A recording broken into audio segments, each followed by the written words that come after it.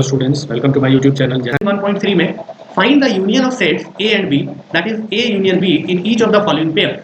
सो A दिया है, B दिया है, भाई यूनियन निकालना है। मैंने बताया था ए यूनियन बी निकालने के लिए क्या करेंगे, ए और बी में कॉमन क्या है देख लो, 2 और 2 कॉमन है, बाकी 7 और 7 भी कॉमन है। तो जो कॉमन होता है उसको एक बार लिखते हैं, तो उसको लिख सकते हैं 1, 2, 3 और 7 भी है, तो 2 और 7 एक ही बार लिखेंगे, बाकी बी का जो एलिमेंट बचा 2 7 के अलग है, यानी 9। तो this is A union B, ऐसे करके हम लोग निकाल सकते हैं। चलो एक क्वेश्चन नंबर 3 बता देते हैं, बाकी आप 2 तो कर ही लोगे, सिमिलर है। अगर हम लोग 3 का बात करें तो यहाँ पर ए को थोड़ा डिफाइन करना होगा। ए में क्या बोला कि x is a natural number greater than 5, तो ग्रेटर देन 5 का मतलब 6, 7, 8, 9 एंड सो ऑन, ये पूरा चलता गया। अब बोला कि b is x is natural number less than 5, so 1, 2, 3, 4 and so on, ऐसे चलता जाएगा। ओके, तो बोला क्या कि a यूनियन b क्या होगा भाई, तो a यूनियन b क्या होगा जल्दी से बताइए। तो a यूनियन b के लिए हम लोग क्या करेंगे, 1, 2, 3, 4, 6, 7, बिकॉज 5 नहीं होगा एंड सो, ये पूरा हो जाएगा। ठीक है, this is A union B. A मेरा है 5, बी है मेरा दैट इज 2√2, -1, -0, और ये यूनियन बी बोला, तो भाई ये पूरा ही एलिमेंट हो जाएगा ना, ए में तो कुछ है ही नहीं। ठीक है, तो डायरेक्ट इसका आंसर आप लिख सकते हो, पूरा लिख देना बस, ए यूनियन बी का सारा एलिमेंट हो जाएगा। अब बोला evaluate each of the following, intersection बोला, तो भाई जो कॉमन है, देखो इन दोनों में कॉमन क्या है, 2, तो जब 2 कॉमन है तो इसका डायरेक्ट लिख दो 2, खत्म बात। तो जो कॉमन है उसको आप लिख देंगे यार। ठीक है, आगे बढ़े हम लोग फिलहाल। चलिए, अब बोला which of the following sets are disjoint. मैंने बताया था डिसजॉइंट का क्या होता है कि जिसमें कोई भी कॉमन पॉइंट नहीं हो, कोई भी कॉमन एलिमेंट नहीं हो, यानी कि इंटरसेक्शन जिसका 5 हो। सो देखो x is a multiple of 2, x is a multiple of 3, तो भैया 2 का मल्टीपल अगर आप देखेंगे इसका तो 2, 4, 6, 8, 10, 12 ऐसा चलते जाता है, और 3 का अगर देखेंगे तो 3, 6, 9, 12, तो इसमें तो देखो 6, 6, 12, 12 कॉमन तो आ ही रहा है, तो इसका मतलब ये डिसजॉइंट सेट मेरा नहीं होगा। अगर देखें इन दोनों में तो यहाँ पर e है, यहाँ पर e स्क्वायर है, यहाँ पर पाई है, यहाँ पाई बाई 2 है, यहाँ √2 है, यहाँ √3 है, 0 है, 1 है, तो इन दोनों में इंटरसेक्शन आ ही नहीं, so they are disjoint set. Okay, तो ऐसे करके आप चेक कर लेंगे। नेक्स्ट क्वेश्चन अगर चलें, बोला क्या, find a minus B in each of the following. a minus B आपको फाइंड करना है। मैंने बताया था, क्या बताया था सर, अगर a माइनस बी पूछ दे तो a में देखो b का कौन कौन सा एलिमेंट है, तो 3 b में है, 3 a में भी है, 8 बी में है, 8 ए में भी है, तो इन दोनों को हटा दो, बाकी क्या बचा 1, 5, this is a minus B. Sir समझ नहीं आया, एक और देख लो a में क्या है 308 है, b में भी 308 है, और a माइनस बी करना है, तो भाई a माइनस बी करना है तो सारा एलिमेंट तो सेपरेट हो जाएगा, b का सारा a में है तो सारा रिमूव हो जाएगा, तो a के अंदर क्या बचा, कुछ नहीं बचा, तो खाली रहेगा, या इसको 5 से भी लिख सकते हैं, कोई दिक्कत। सिमिलरली a और b में देखो, यहाँ पर भी a माइनस बी अगर करना है तो a में है 2,6, यहाँ पे 2 और 6 है ही नहीं, यानी कुछ भी नहीं रिमूव हो पाएगा, तो इसका आंसर ही हो जाएगा 2,6, यानी यहाँ पर a ही रह जाएगा। ठीक है, आगे बढ़े। फिर बोला use Venn diagram given below to answer the questions that follow. Okay, A dash निकालना है वेन डायग्राम का यूज करके। तो देखो ए डैश अगर हमको लिखना है, यानी कि यूनिवर्सल में से ए को हटाना है, तो ए में देखो कौन कौन सा है, ए 1 है, 4 है, 5 है, 8 है, 11 है, सब हटा दो, बाकी लिख दो। तो इन सबको छोड़ करके क्या बचा, 2, 3, 6, 7, 9, 10, उसके बाद 13, हो गया। बी डैश बोला, सिमिलरली बी डैश निकलेंगे। ठीक है, जो क्वेश्चन में डाउट होगा आप जरूर से कमेंट करना। फिर बोला ए इंटरसेक्शन बी डैश, देखो क्या बोला सर, ए इंटरसेक्शन बी का कॉम्प्लीमेंट। तो देखो ए इंटरसेक्शन बी में क्या है, ए इंटरसेक्शन बी में 4 और 5 को छोड़ दो, बाकी जो एलिमेंट बचा वो लिख दो, यानी ए इंटरसेक्शन बी का कॉम्प्लीमेंट पूछा तो लोग क्या क्या लिखेंगे, 4, 5 को छोड़ के बाकी सारा लिखो, 1, 2, 3, 6, 7, 8, 9, 10, 11, फिर 13, हो गया, ये पूरा हो गया इसका कॉम्प्लीमेंट। तो ऐसे करके आप लिख सकते हो, बहुत आसान है। ठीक है, अभी फिलहाल आगे बढ़ते हैं। बोला verify A minus B that is A intersection B dash, बहुत आसान है यार। देखो a माइनस बी करना है, तो मैंने बताया था कि a का जो सारा एलिमेंट है उसमें से b का कॉमन एलिमेंट कौन कौन सा है, तो 5 और 13, यानी a माइनस बी अगर हमको करना है तो डायरेक्ट हम लोग बस जो a में रिमेनिंग एलिमेंट है उसको लिख सकते हैं 1, 8, 6।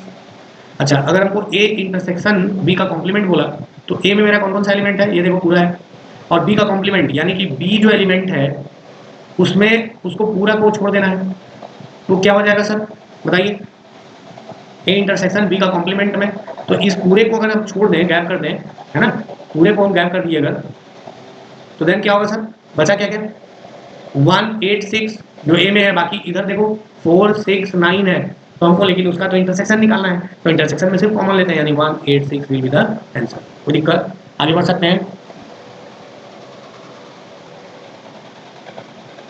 बोला क्या कि for a competitive exam 85% students opted for a mock test in mathematics, 75% opted for a mock test in science. Okay, तो यानी कि एक कॉम्पिटिटिव एग्जाम हुआ, ठीक है, जिसमें 85% स्टूडेंट मैथमेटिक्स सेलेक्ट किए और 75% स्टूडेंट साइंस किया। तो what is the minimum possible percentage of students who opted for both test, जो दोनों टेस्ट में शामिल है।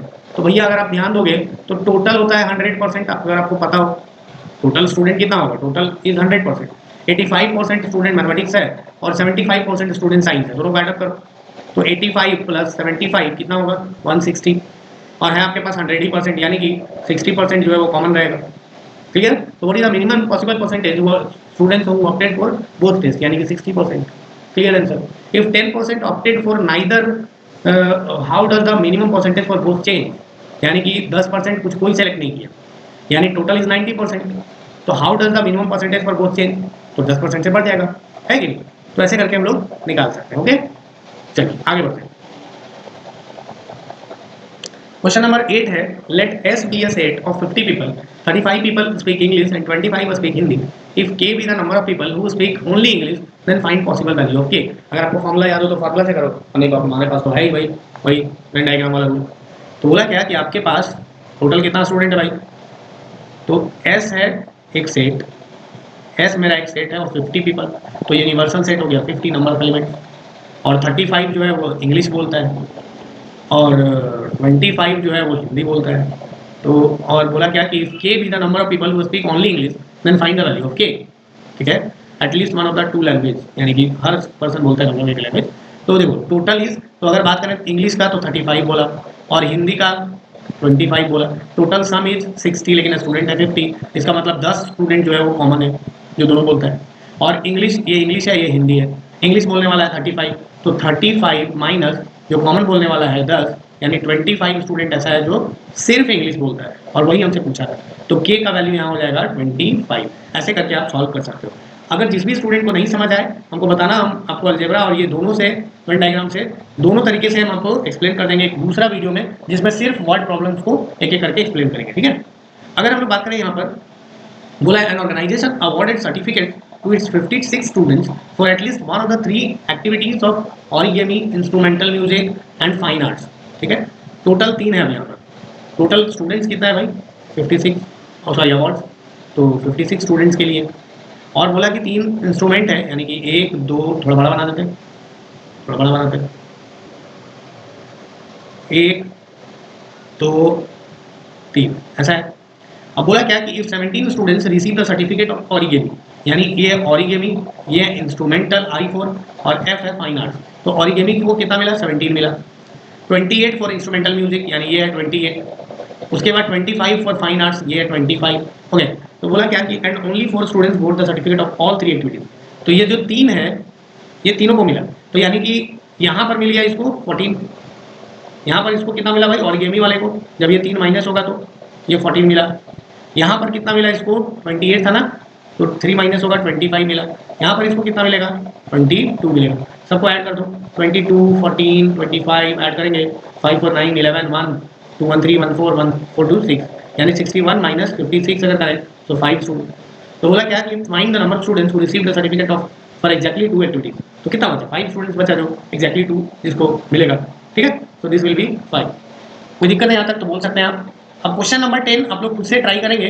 ओके, ये क्वेश्चन आप खुद से ट्राई करेंगे, नहीं बनेगा नेक्स्ट वीडियो में जब दूसरा कोई चैप्टर स्टार्ट करेंगे वहां पर बताएंगे। दूसरा चैप्टर आपका लॉग स्टार्ट होने वाला है, तो जो भी स्टूडेंट इस वीडियो को एंड तक देखा है या जो देख रहा है, मैं बता रहा हूँ कि आप लोग जल्दी से चैनल सब्सक्राइब करो, ताकि आप 9th का जो रेगुलर वाला टेक्स्ट बुक है उसको भी कवर कर सकते हो, और एडवांस मैथ्स वाले को भी कवर करके आप 11th में आप जो मैथ्स लोगे उसके लिए आप अभी से प्रिपरेशन स्टार्ट कर सकते हो। ठीक है, मिलते हैं हम लोग नेक्स्ट वीडियो में। Thank you very much.